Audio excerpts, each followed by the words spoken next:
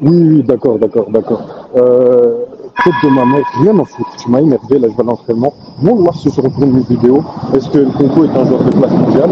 Même s'il y a 10 personnes qui la regardent, j'en ai rien à foutre. Nous, on va se battre, on va voir qui arrive. Tu m'as trop énervé, là. Ayoub, on peut faire même 2 vues et c'est nos vues à nous, c'est nos likes à nous, je m'en fous. On va la faire cette vidéo. J'en ai rien à faire. On va la faire.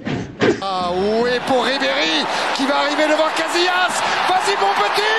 Il est dedans. Il est dedans.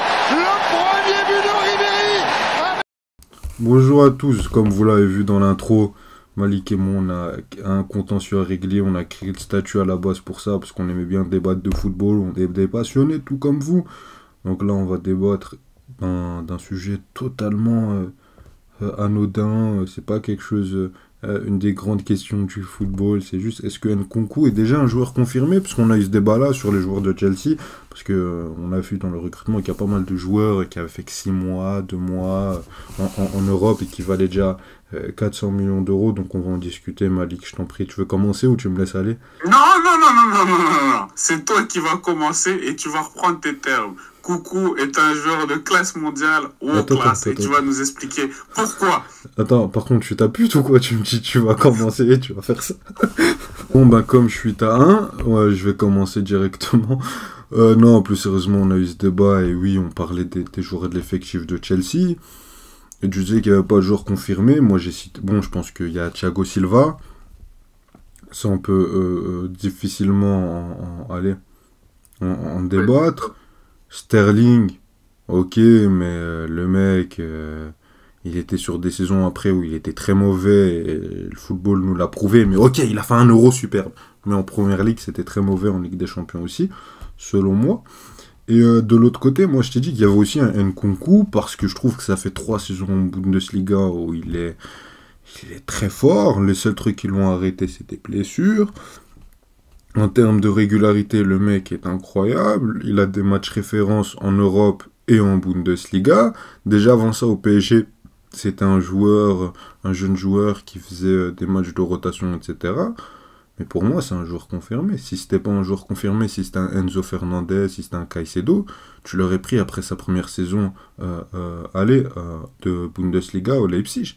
Mais là, après, tu as eu encore 2 grosses saisons où le mec... bon, on va pas faire les stats, que les stats ici, hein, je les ai sur Transfermarkt. Elles sont tout simplement de très haut niveau. En 2021-2022, il est il a 52 matchs, 35 buts, 20 passes D pour un numéro 10 qui devait s'improviser numéro 9 parfois. Il y a des... donc en termes de statistiques et en termes de continuité dans le jeu sur ces 2 saisons, c'était énorme. Il y a des matchs références, notamment contre Manchester City en phase de groupe, contre le Real de Madrid l'année d'après. L'année d'avant, tu as encore un match où ou contre le PSG, je me rappelle qu'on va jouer là-bas à Leipzig, il met un but, une passe D, il nous fait mal dans le jeu et là on regrette de l'avoir vendu et non pas de l'avoir prêté. Ça parle même d'un moment, est-ce que Nkunku devrait revenir à Paris? À ce moment-là, tous les grands clubs voulaient se l'arracher, mais contrairement à certains jeunes joueurs, il ne pouvait pas entrer dans tous les effectifs puisqu'il n'était pas censé être une doublure. S'il venait au Bayern, s'il venait au PSG, s'il venait à Chelsea ou dans n'importe quel autre effectif, il devait être titulaire. C'est ce qu'on appelle un joueur de classe mondiale. Monsieur Malik Tatete, en termes de qualité technique,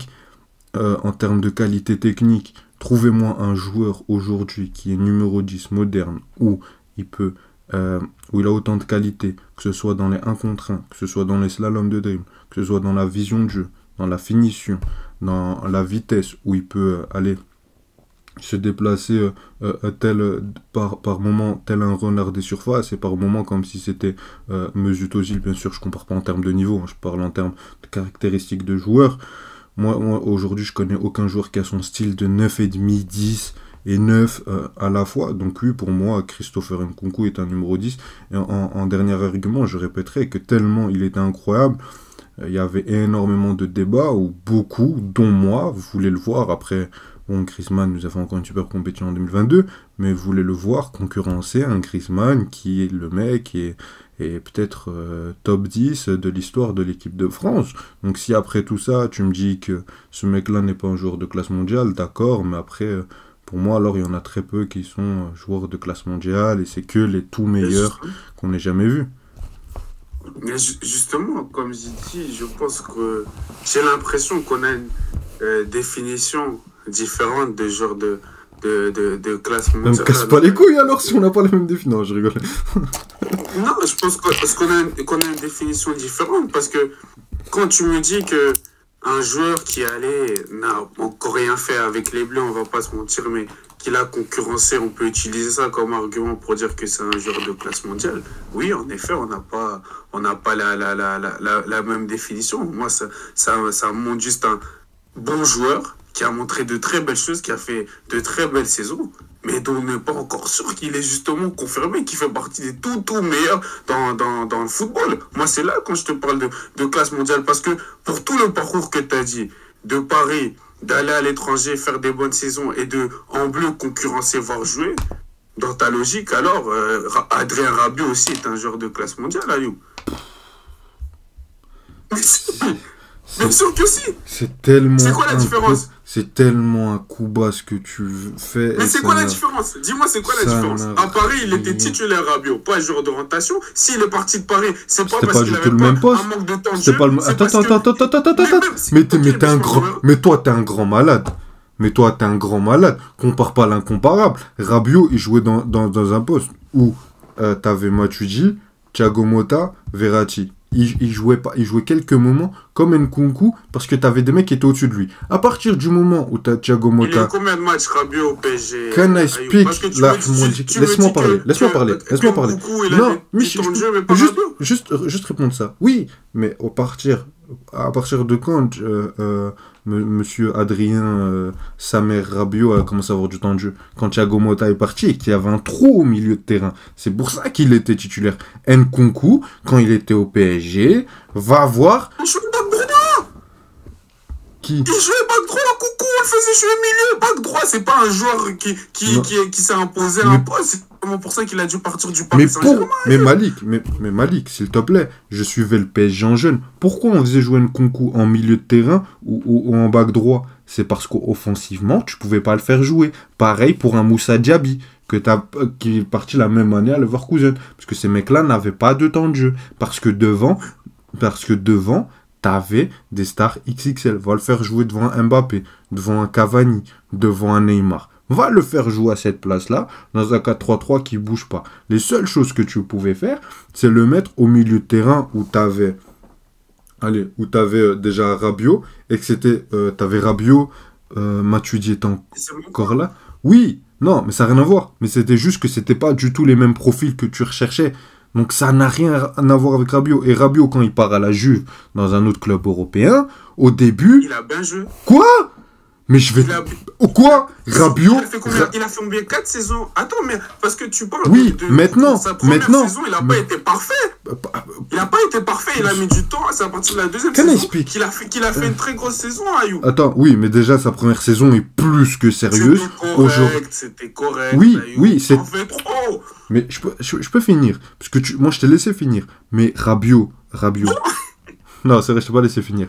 Mais Rabiot, sur sa début à la Juve, c'est plus que catastrophique, que ce soit dans l'attitude, que ce soit sur le terrain, etc. On en a parlé, moi je regardais énormément les matchs, parce que c'est au moment où tu as également Cristiano Ronaldo qui est venu, c'est le moment où ils avaient fait beaucoup de transferts gratuits, donc Rabiot, il voyait pas le jour à la Juve, dès qu'il était plus dans ce fauteuil au PSG où on lui donnait tout, contrairement à ça, ce qu'on n'a pas fait pour Nkunku, mais après offensivement, il avait pas les places.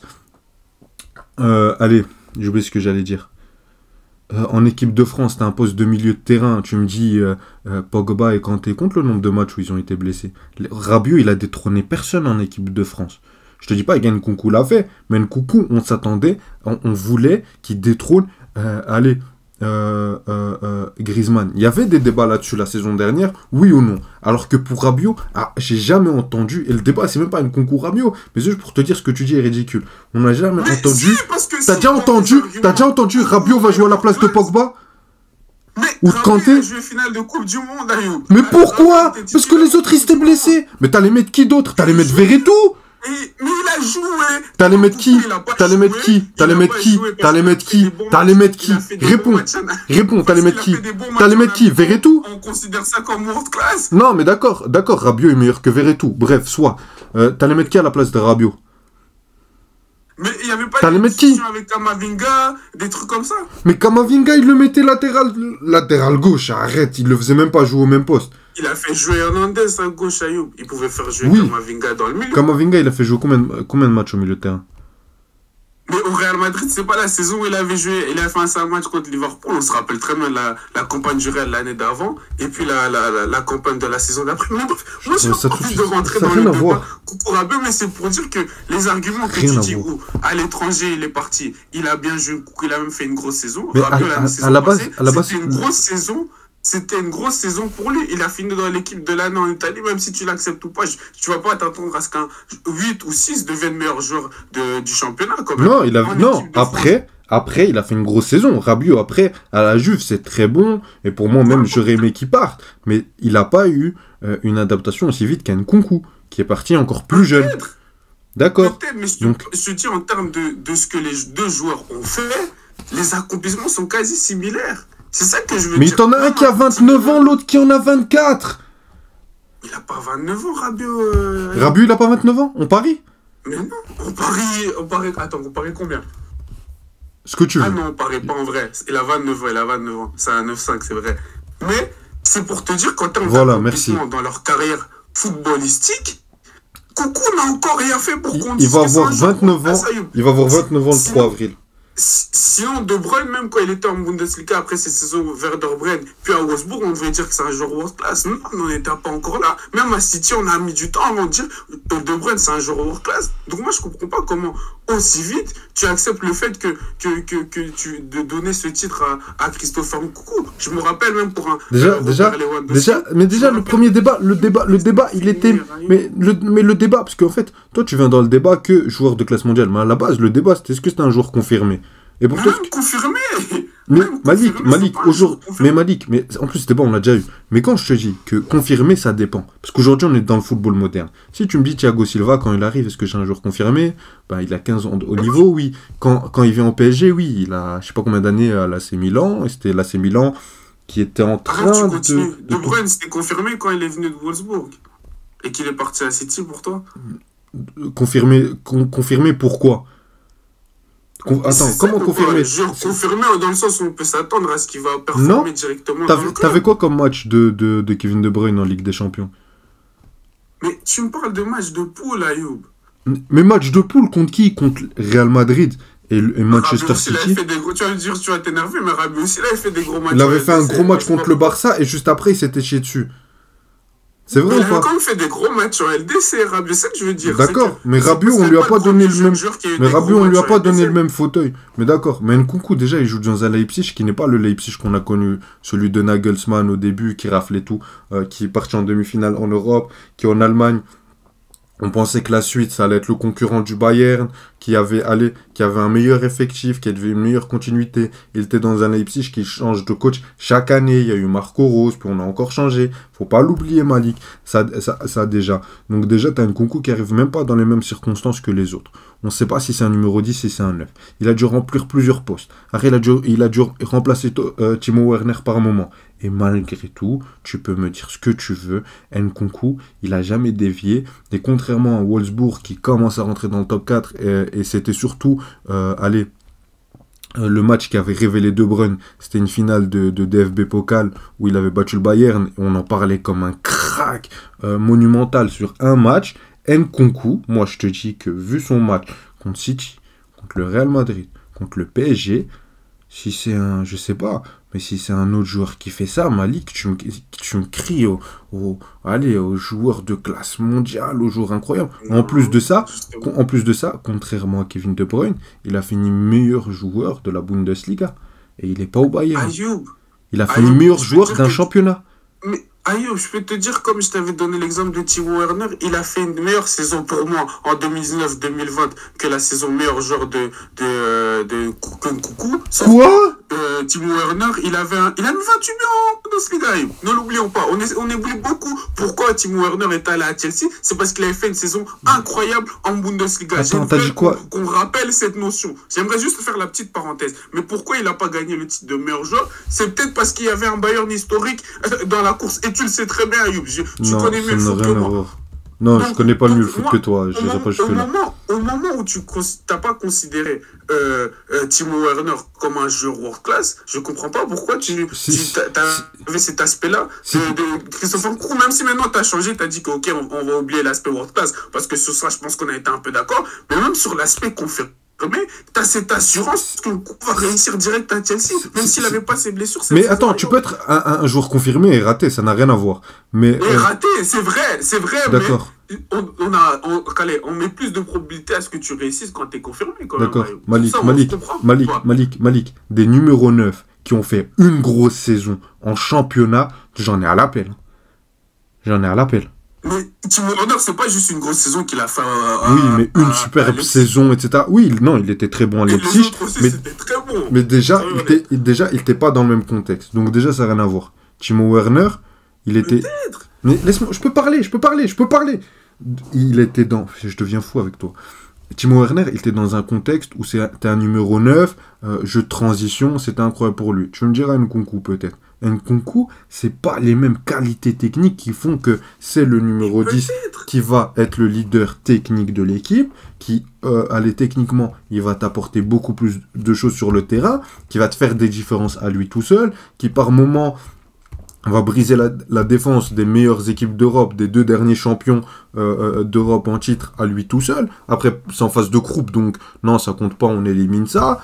Mais en tout cas, Nkunku, que ce soit dans les qualités... Pour toi, ça, c'est des matchs rêves. Non, mais pour moi, c'est des matchs références. Mais quand je te dis, si tu me dis que Nkunku, c'est pas un mec confirmé comme Ronaldo après son passage à United, comme je sais pas, comme on faisait Hazard après Chelsea. Hazard après Chelsea. Non, pas du tout, ça n'a rien à voir. C'est 2 mondes différents. Là, on est sur l'un des tout meilleurs joueurs du monde et l'autre à côté, c'est un bébé, je suis d'accord. Mais aujourd'hui, dans le football moderne, quand t'as... Et moi, c'était ça surtout mon gros point. C'est que quand 80% des transferts, c'est ton club en est l'exemple parfait. En plus, tu as essayé un moment, ça m'a fait rire de le comparer à Kolo Muani. Mais Kolo Muani, ça fait une saison qu'on le connaît. Et il part déjà pour 80 millions. Non, mais quand on avait parlé la première fois... Oui, mais et ça c'est un argument qui est audible. Mais Kolo Muani, après une saison, il part. Kai Havertz, après une saison Bayer Leverkusen, il part. Chelsea, Enzo Fernandez, Caicedo, Badiachil, qui tu veux. On peut en faire à l'appel. Les mecs qui partent très jeunes. Nkunku, par rapport à la génération d'aujourd'hui, j'ai 2 très grosses saisons en Bundesliga où le mec, tu vois que individuellement, il est capable de porter une équipe, d'être l'un des meilleurs joueurs du championnat, d'être incroyable. On te parle même... Après, il n'est pas confirmé au même niveau qu'un Hazard, qu'un Bale. Ça, je te l'accorde et j'espère quitter le statut et aller en HP si un jour je viens te poser ce débat. Je le ferai de moi-même, il n'y a pas de souci. Mais aujourd'hui, je pense quand même que Nkunku, dans le football moderne actuel, est un joueur confirmé qui est de classe mondiale. Je suis désolé parce qu'en termes de qualité technique, c'est un joueur de classe mondiale. Parce que des numéros 10 en Europe qui savent faire ce qu'il fait, cite-moi-en 2 autres. Mais Ayoub, c'est Nuno Mendes, alors je veux dire que c'est un joueur de classe mondiale. Pour moi, oui. Mais tu vois ce que je veux dire? Si c'est ça, ta logique, d'accord, mais... Mais Nuno Mendes, on l'a vu pendant 6 mois. Nuno Mendes, on l'a vu pendant 6 mois. Lui, je l'ai vu pendant 3 ans. Pendant au moins 3 ans, et je l'ai vu évoluer. J'ai vu une évolution. Jusqu'à arriver au joueur... Mais c'est quand il le fera dans un grand club comme Chelsea, que là, je serais d'accord avec toi, on dirait que ce sera un joueur de classe mondiale. Sinon, tout le monde l'est, Ayoub. Saka, même toi, Saka, tu dis pas que c'est un joueur de classe mondiale encore. Qui a dit que parce qu'on va attendre de le voir.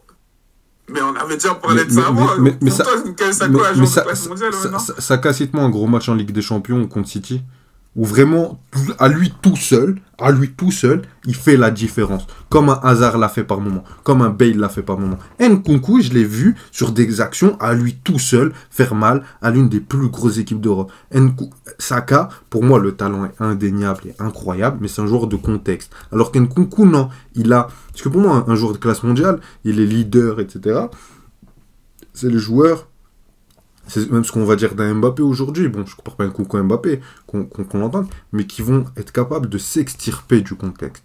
Ça veut dire que un Karim Benzema, quand ça allait mal, il allait te faire la différence. Aujourd'hui, un Vinicius, il peut te le faire. Un Saka, aujourd'hui, j'ai encore des doutes. Un Nkunku, j'en ai pas. Je sais que demain, Chelsea, ça va mal. T'en as pas. Et du moment est-ce qu'il va réussir ou non, vu le contexte et tout, je peux avoir des doutes. Je te parle pas de ça. Mais demain... un concours en forme physiquement, tu joues contre Liverpool, je sais qu'à lui tout seul, il peut te faire la différence sur des actions.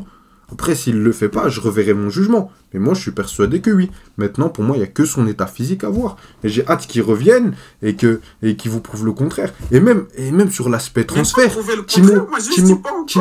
Timo Werner, quand il arrive à Chelsea, pour 80 millions d'euros, on trouvait ça beaucoup trop. Nkunku, quand il arrive pour 60 millions à Chelsea...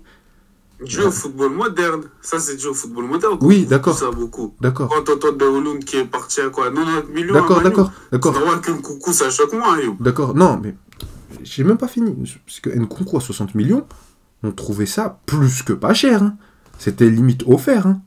Parce que Nkunku, qui t'a fait 3 saisons à Leipzig, où il est resté dans un poste, parce qu'encore Werner, c'est un poste de numéro 9, il avait pas... Moi, je suis désolé, mais Werner, il m'a pas du tout laissé la même impression qu'Nkunku. Parce que certes, c'est un... Peut-être, mais en termes de ce qu'il a fait... Oui, d'accord. Mais il a jamais cassé la baraque contre un Bayern, contre un Real Madrid. Pour moi, il n'y a rien de concret en termes de très haut niveau. Après, ok, d'accord. S'il a fait de superbes saisons, il a marqué 29 buts en Bundesliga, d'accord, c'est superbe. Maintenant, j'ai oublié ce que je veux dire. Nkunku, pour moi, vu ce qu'il avait prouvé, c'était minimum à plus de 100 millions. Parce que si Kolo Muani c'est 80 millions, si Gonzalo Ramos c'est pareil, hein, Nkunku c'était plus de 100 millions. Donc même là, ça prouve encore la qualité du joueur. Mais bon, en tout cas, on a entendu tes arguments. Ah, je sais pas si tu veux rajouter quelque chose, parce que j'ai pas envie de te couper. Non, moi j'allais juste dire que parce que j'ai l'impression que là où tu rétro Coucou, j'ai l'impression, c'est par rapport à la qualité du joueur sur ça. Ou tu le rétro, pardon, tu le rétro. Je sais pas comment dire rate en français, tu le grades, tu le juges, ouais, voilà, la manière dont tu le juges beaucoup, c'est dû à la qualité du joueur, à ce qu'il sait faire en tant que joueur. Sur ça, je t'entends que en tant que joueur, en tant que niveau de joueur, on aime bien. Mais ça compte. Élever ce qu'on trouve plus fort. Non, ça compte énormément. Mais ça compte. Mais parce que vraiment, dans l'impression, parce que, désolé de te couper, mais parce que pour moi, tu peux me dire les stats, tu peux me dire ce que tu veux, mais Nkunku, je le mets, tactiquement, je vais lui donner des consignes, je vais lui dire.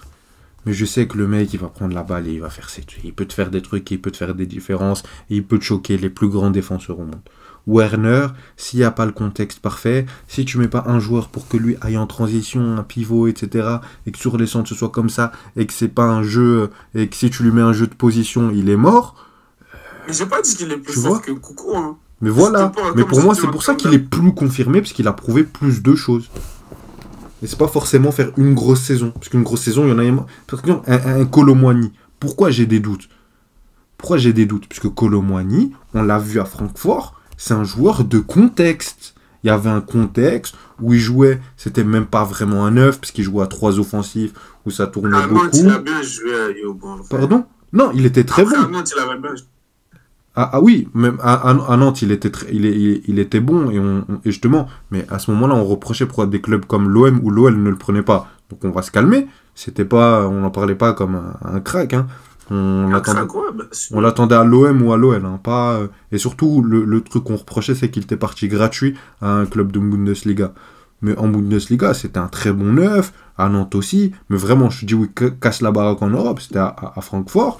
Mais c'était dans un schéma à 3 où ça alterne beaucoup offensivement. Donc, t'avais pas un truc fixe. Nkunku, j'ai pas ça. J'ai un joueur auto-indépendant, je sais pas. Faudrait trouver un terme pour ça. J'en avais trouvé un, je l'ai oublié.